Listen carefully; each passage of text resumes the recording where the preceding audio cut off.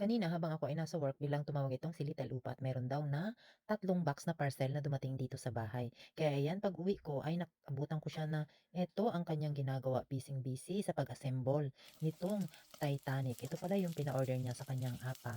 At ayan, habang siya ay nag-assemble, ako naman ay nagluto na nitong pritong dumplings at itong kalbi with mango juice. At ito namang si Little Upa ay nag-request ng chicken. Ay, ako naman hindi mahilig sa chicken kaya ayan siya ay umorder ng chicken at nagpaluto naman ng noodles. Match daw yan sa kanyang kakainin na chicken plus noodles. Kaya ayan habang siya ay nag-a-assemble ay tuduri naman ang kain. Kain din ni kain doon. So ayan, after 1 hour ata or 2 hours, ayan natapos na rin niya ang kanyang Titanic. Ayan, matutuwa ang kanyang apa pag nakita niya ito.